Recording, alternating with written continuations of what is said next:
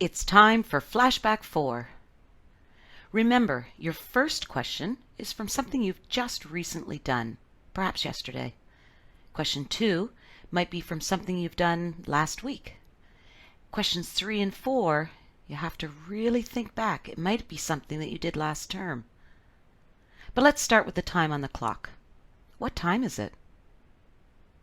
I see it says 10 minutes to 4 or 10 to 4. You might want to pause here and have a go at Flashback 4 questions, because I'm going to give you the answers now. Number 1, complete the sequence.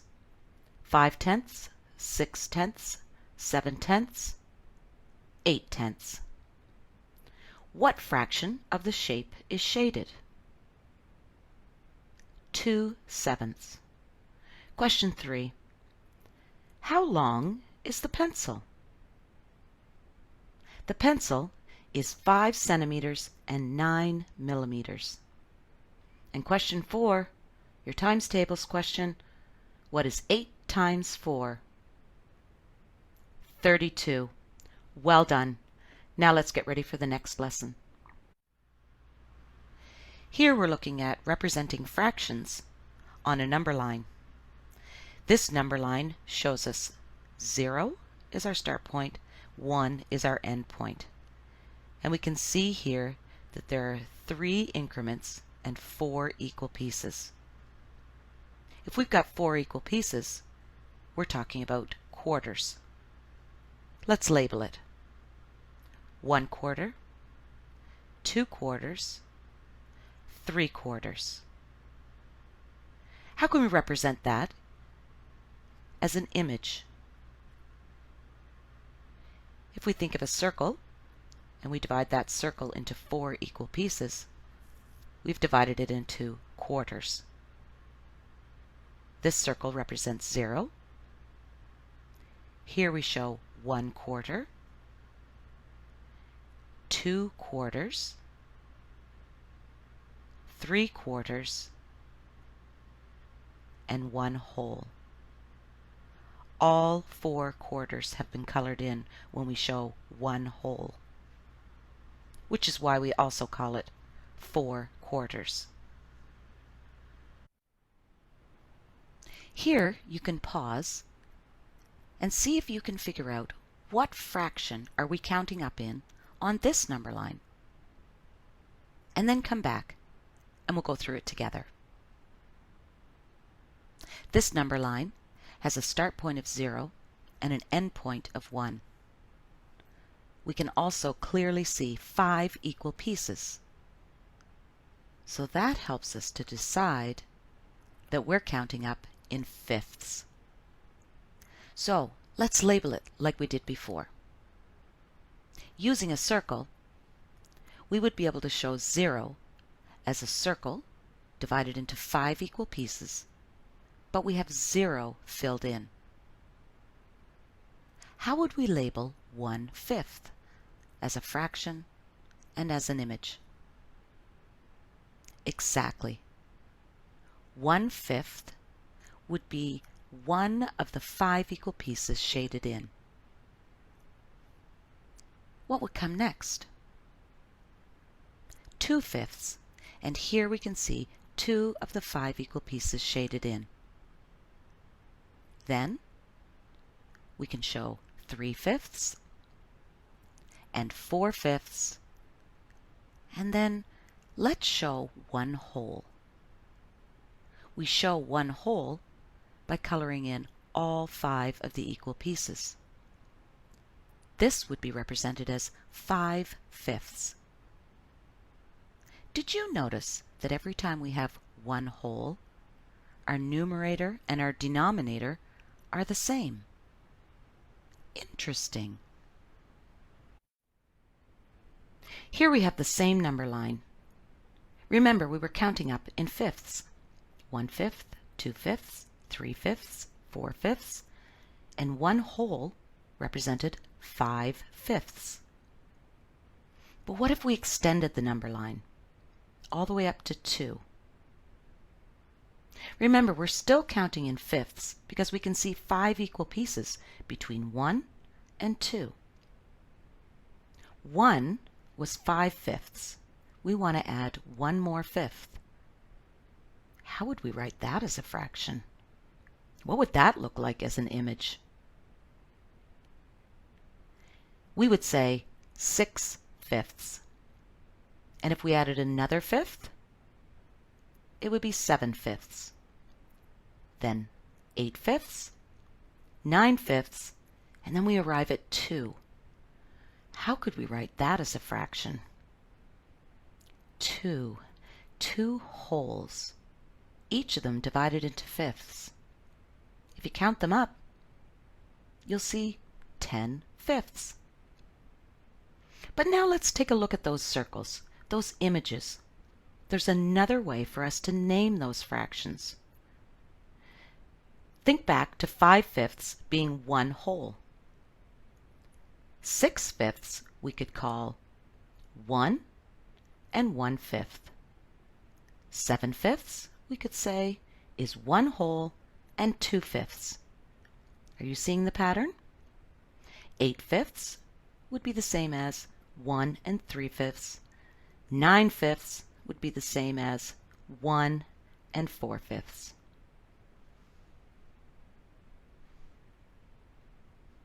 Let's have a look at the number line from 0 to 1 again. What do you notice about those fractions? Take a look at the denominators. Take a look at the numerators.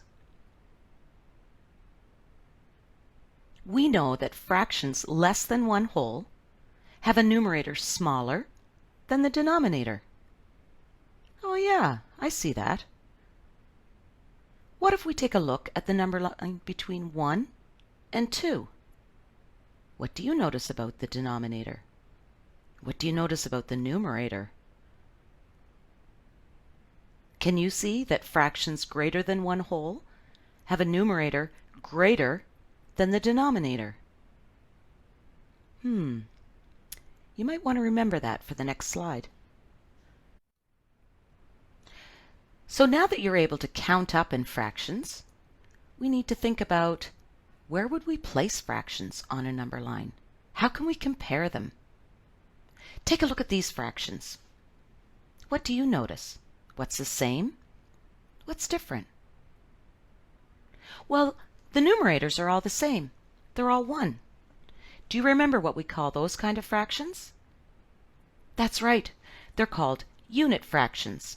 So where would these unit fractions go on the number line below? We have a start point of 0 and an end point of 1. Which fraction would you start with? I think I'd start with the easiest one. The one that has a denominator of 2. Why? Because I'd only have to break that number line into 2 equal pieces. And that's usually where I start when I'm looking at a number line. I look at the midpoint. There's the midpoint, 2 equal pieces. That's where 1/2 goes. Now where should we go? Well, if we think about 2 equal pieces, and we divided each of those 2 equal pieces in half, what will we end up with? That's right. We'd end up with quarters, 4 equal pieces. The only problem is we don't have any fractions with a denominator of 4. But we do have one with a denominator of 8. What could we do with those 4 equal pieces to make it into 8 equal pieces? We could divide each of those 4 in half. That gives us 8 equal pieces. Do you see where 1/8 would go? Exactly. So we show 1/2 and we've shown 1/8. But how can we show 1/3 and 1/6? Well, I think we need to think about getting rid of some of these lines. Let's just keep it simple. Quarters and halves. We need to divide the number line into 3 equal pieces. Would that be greater than 1/4 or less than 1/4? 4 equal pieces, 3 equal pieces. Let's show that. We can show that by placing these orange lines on the number line. Those orange lines indicate 3 equal pieces. And now we can place 1/3 on the number line. Now, our last one, 1/6. What could we do to show 6 equal pieces? We've got 3 equal pieces. That's right, we could divide each of those in half. We can see here with the yellow line and the orange lines that we now have 6 equal pieces. And therefore, we can place 1/6 on the number line. What do you notice about the denominators? Interesting. So now let's compare 1/3 and 1/8. Take a look at the number line. Would you say that 1/3 is greater than, is equal to, or is less than 1/8? If you look on the number line, you can clearly see that 1/3 is greater than 1/8. Why don't you pause here and have a go at the next example on your own? If you said that 1/6 is less than 1/2, you're correct. Well done. So now let's look at where would 9/10 go on the number line below. What's different about this example than the previous example? The numerator is not 1, so it's not a unit fraction. So that makes it a little bit different. And also, we haven't shown tenths on the number line. So how could we show tenths on the number line? We need to show 10 equal pieces. Where would you start? I'd start by finding the midpoint and showing 2 equal pieces. That's 1/2. But we're talking about 9/10. Once again, I need to show 10 equal pieces. Well, I have 2 equal pieces, and I know that 5 and 5 are 10, so I could show 5 equal pieces on one side and 5 equal pieces on the other side of the midpoint. Now I have 10 equal pieces. I've shown tenths. So where would 9/10 go?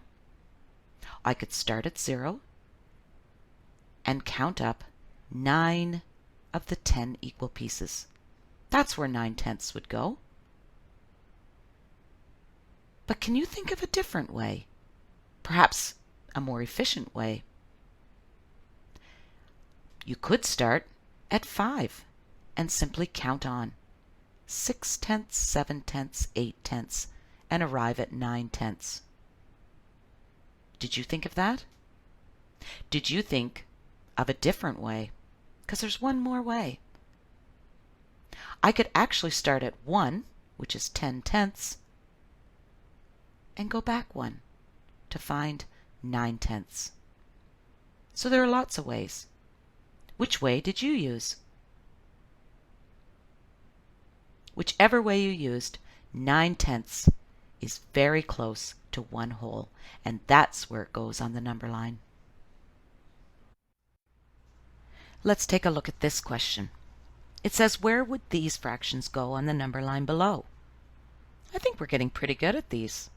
So let's start. We'll begin with 9/5. The denominator is 5, so I'm going to break the number line into 5 equal pieces. But hang on, I won't be able to place 9/5 on there because I don't have 9/5. I know. Let's start by finding the midpoint. If the midpoint between 0 and 2 is 1, I can actually show fifths on both sides of the number line. So let's get rid of our first thought and break the number line between 0 and 1 into fifths. And we'll also do the same thing between 1 and 2.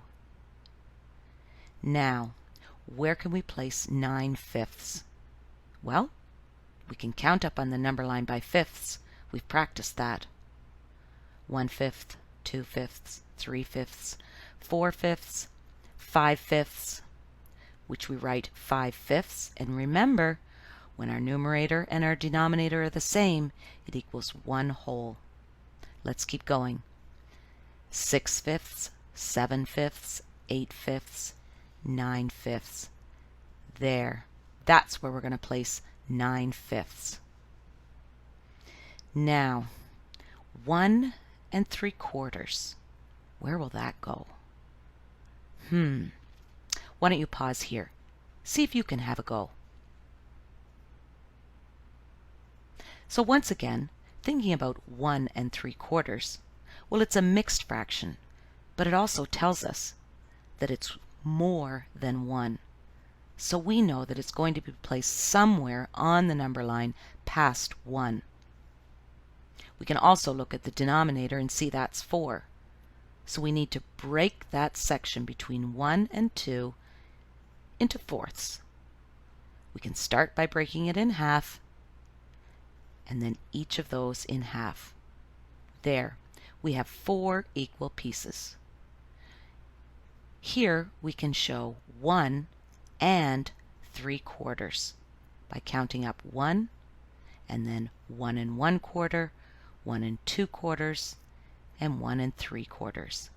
There it is. These two fractions are awfully close together on the number line. But you wouldn't have known that just by looking at the fractions, would you? Why don't you pause here and have a go at the worksheet? But remember, if you have any questions or you're getting stuck on a question, come back and watch the slides again.